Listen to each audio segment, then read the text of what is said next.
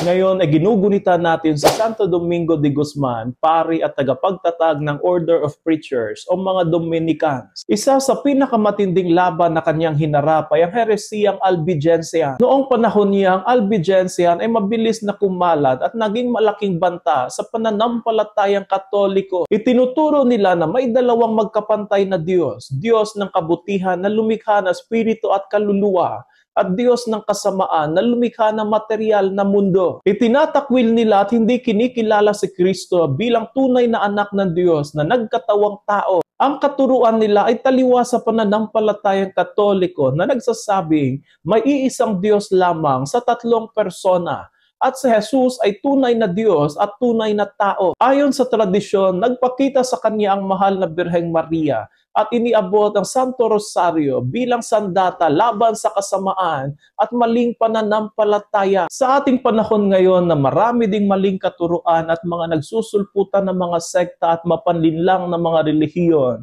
manalangin tayo kay Santo Domingo at sa mahal na Birheng Maria upang mapagtagumpayan ang mga maling katuruan at kasamaan ng mundo at ng lipunan. Santo Domingo de Guzman, ipanalangin mo kami.